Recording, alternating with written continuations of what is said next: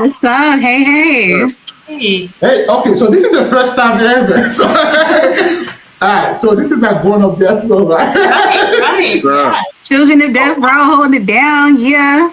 Yeah, so this is a show. This is Tash Divine. Hi, Tasha. Hi. So this is not my first time meeting you. We met when we were kids, but Yeah. it's It's been a minute. It's good seeing you. That's what's nice up. seeing you too. Yeah. Oh, you guys met before? We Like, have. Yeah. I'm surprised you know that. Yeah, because my dad had to remind me because we were having a conversation about everything. You already know because your mother's Michelet, so. Nah. No, your mom's not Michelet? Nah. Okay, so he was talking about Michelet, and we had brought you up in the conversations. What happened? So he was like, yeah. So out of all Suge kids, like Suge, he said that ever since that you were like a child that you just like had a stand-up personality, like you were just always very, very calm. He said he could tell that you was always going to be like that more professional type of person. And so it's just like when I saw you on Love and Listings, was it Love and Listings? Yeah. Okay, when I saw you on Love and Listings and then I watched your interviews on here, I was like, okay, I see what my dad means, Appreciate it. Yeah. Now it's the middle child. We just chill, all that. Like, how you guys been? I've been okay. I've been well. My dad, like I said in the previous interview, he just be here, there, and everywhere. But you already know he just in Compton doing his thing, and good. The '90s dad, them '90s dads is they live a different lifestyle than how we live, and they refuse to let it go. I'm telling y'all, yeah, they just live a different life. Tash, your dad is still hanging on to that lifestyle? Right, I'm talking about my dad. Granddaddy just called me 3 weeks ago. Like, yeah, I got in touch with your dad, and like I told you in the very first interview, he's always here and there so this is like another 6 months to a year we haven't heard from him. So yeah, he's just doing his thing, and eventually I'm gonna have to go out there and see if I can offer some assistance temporarily because they unfortunately just don't want to take all the assistance that they can get, and they don't want to change. So all we can do as kids is do what we can. That's right. Yeah. So, did you talk to him lately? You said, how's he doing?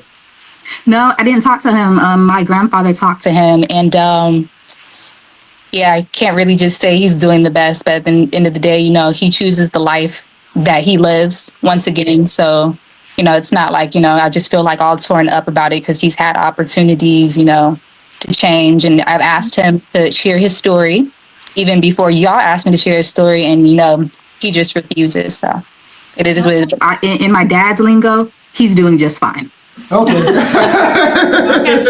That's what's up. That's what's up. That's a way of salute to you for keeping it going. You know what I'm saying? Shout out to daughters. Daughters are always gonna make sure their dad is right. So I got two of them. Yeah, exactly. So yeah. I get it. So, what impact did your childhood have, or on your adulthood now? Me? Both of you. Yeah. Whoever. I'll let you go, Tash. Okay. So me being raised in that early, just chaotic environment, and then just being pushed into the suburbs when my grandfather took me out of it. I just I've always had this dual personality, because I was raised around gangster rap music, so it's just like I was raised around that environment. So deep down inside me, those hood tactics live. But I was raised to be a suburban girl, and honestly that's just that's more so my lane. However, just because of the things that I've gone through, when it comes to my family, like domestic violence and dysfunction, I feel, and then also going into that relationship where I did get involved with a guy who was more so from the hood, and I ended up living in the hood, for 10 years. It was kind of like reverting, it's just like I started in the ghetto, went to the suburbs, then went back to the ghetto. So it's just like, and then of course right now, I kind of live this hood lifestyle where I'm bouncing place to place, I'm doing better. So how that had an effect on me is that I just see life from both sides of the coin, as far as, cultural issues, as far as the behaviors of Black men and Black women, I just I can relate on both sides. So it just gave me a broader perspective of the culture and the community that I come from. And I feel like it just gave me a lot more compassion and understanding. Yeah, cool.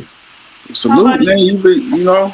Salute to you for just really, really, being real and authentic. I appreciate that. Sharing that, and I can relate a little bit. From the suburbs and going to the inner city, and that you see two different lifestyles. And I salute to you that you're choosing a better route. And sometimes we want our parents or our friends or even our spouse to make better decisions so we can elevate and things do like that. But I think we just live life. It ain't about ups or downs. We just live. Yeah. So that's how I kind of took it, because it's been like ups and downs with it. And when I shot Love and Listings, I was on my grandma's couch, and what I'm saying, people didn't even know that. So that's why I was like, everybody has different routes when they do. I thought you were living the dream, brother. Nah, man, that stuff was a real hustle, bro. It was a real hustle. It wasn't until I was on my grandma's couch and they was all like, "You shooting a show, TV show? You ain't shooting no TV show." And it's like, I was like, let me go, hop on this bus real quick and go get that. And then people, but believe it or not, a lot of people got to go through a lot to get what they need. Yeah. And once you get there, it's like, sheesh, I'm just glad to be living. I'm just glad to be here. I ain't trying to live no lifestyle or nothing like that. So it's just, you just got to only the strong survive. And I feel like our generation of people, our generation, we got it harder than the previous. I'm pretty sure the previous, they had it harder too, but they just didn't know. It's like everything's expensive. It's a different kind of racism. We can't really rely. We don't want to make excuses, but it's just like we got to adapt and keep going. And that's the real of it.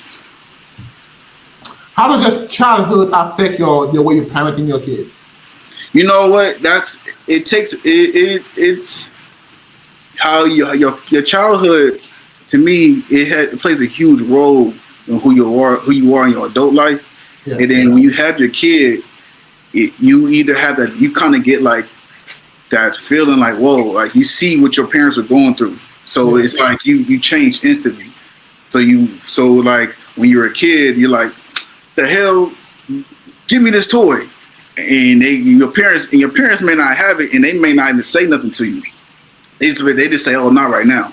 And then not till you get to you're an adult, and then you're in that same situation. It's like, oh snap! How were they doing? I understand them now. So it's just up to the person to figure out how to make a better decision. I think life is just all about decisions, and that's the difference between people's upbringing. Is some people for different people, they had a more peaceful upbringing, but they make different decisions later on in life. So they might be in a bubble, and once they get out that bubble, they going crazy. And everybody has different roles. Yeah. So for Tash, you haven't had children yet, but if you decide to have children in the future, do you think that you may parent differently based on what you went through in your childhood? Yes and no. Okay. So it's just Suge just said, it's just a lot of stuff you don't understand as a child, but then when you get to be an adult, even an adult without children, you get to understand bills and you get to understand, how it is to go without. So I would say, for example, my grandfather never let me sleep over at anybody's house, and I used to hate him, hate him. I would do the same damn thing with my kids. Hell to the no. Flat out, because at the end of the day, when I found out the history of my family and looked at the things that happened to other, little girls, children, little boys, I'm I definitely second that motion. But when it comes to the, how can I say it, the overly harsh parenting, being overly critical, being all about discipline, ruling or raising your kids in fear, that's a hell no for me. You know what I'm saying? Like, I would want my kids to grow up to have their own personalities. I wouldn't control them. I would let them be their own people. I would let them speak up, and I would raise them in the manner of, my child is going to be independent one day. My child is going to be out there without me one day, and I have to. Look at cool. Yeah.